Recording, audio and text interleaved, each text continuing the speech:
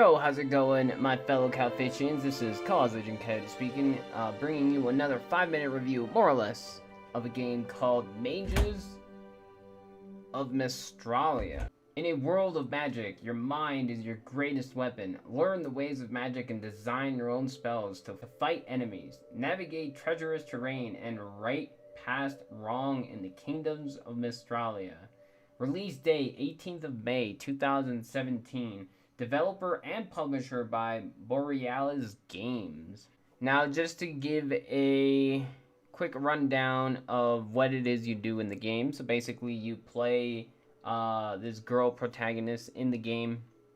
You run around by picking up spells that you find within the world. You use these spells in order to combine them into different types of spells. So for instance, like right in the beginning, you learn fire, but the fire is stationary. It does not move. And then later on, you learn a move spell. So now you can attach your move spell to your fire, so now it actually shoots forward. And simple things like that. And it's really cool. So to start off with all the really good things about the game, the graphics are really nice to look at. The music is really good. The story is pretty intriguing. The story is pretty intriguing. The spells that you get are pretty cool. There's basically 4 types of spells. You have like earth, fire, water, and electricity, and you can combine those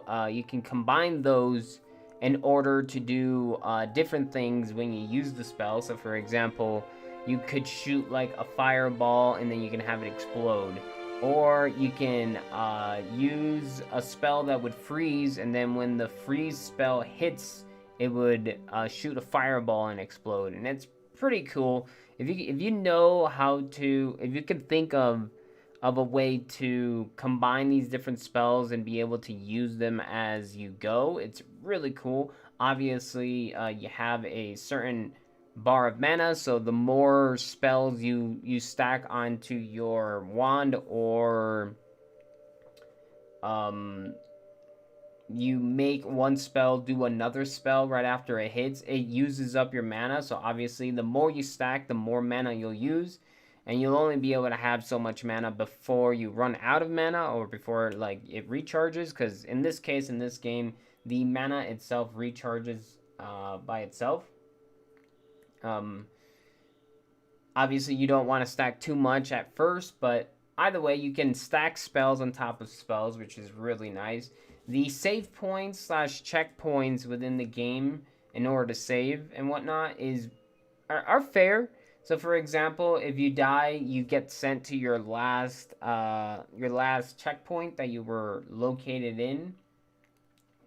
But basically, as you move through the overworld, like any post that you land on, it'll automatically save for you.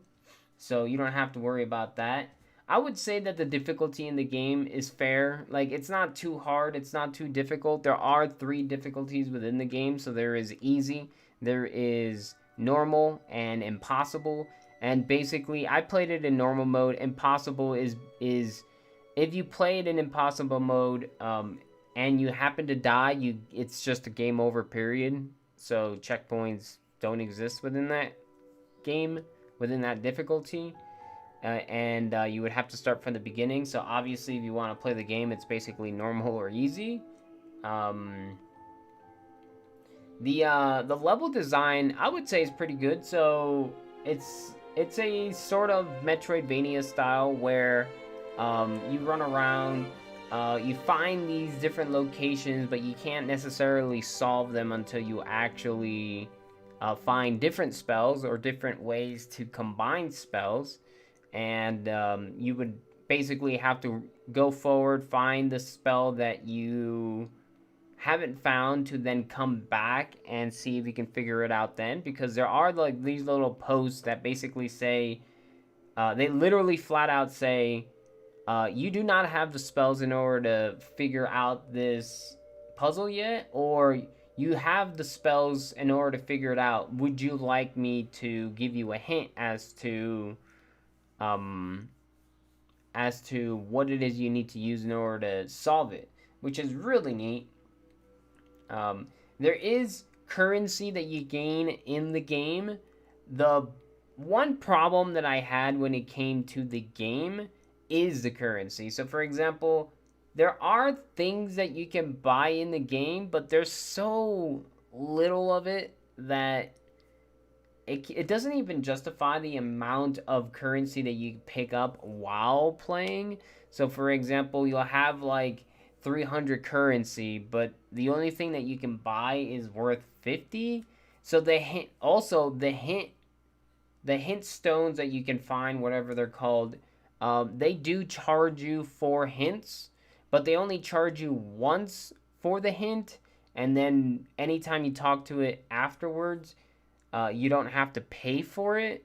So even though there are hints in the game in order to use your currency for, like, you don't really use your currency for pretty much anything else. So I feel like they could have easily have made either more items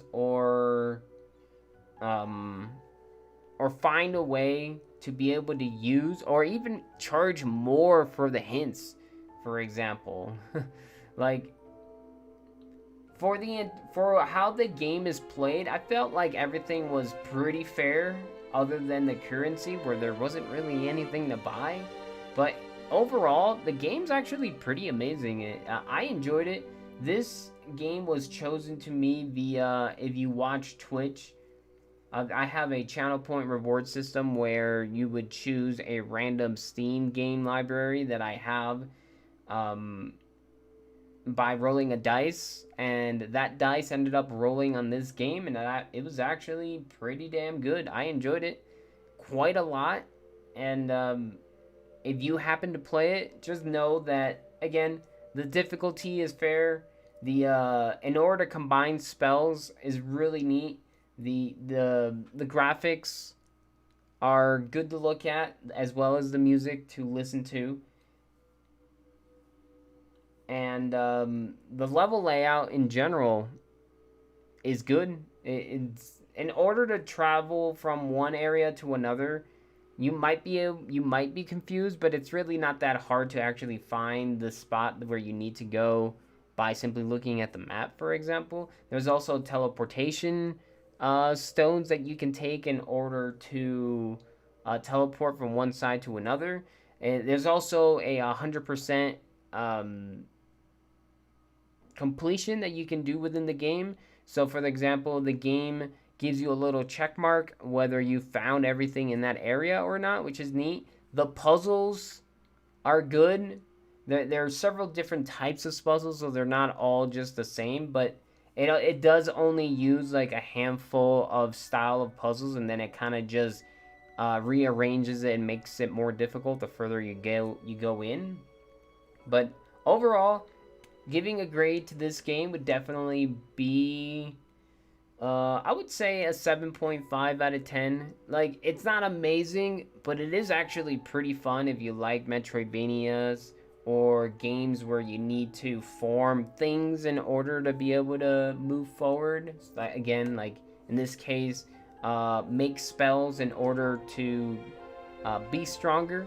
Another example that does something like that would be a game called Noita, where you get wands and you get spells, and you can form different wands by moving these spells into your preferred wand, and depending on what you did, your wand will do something different.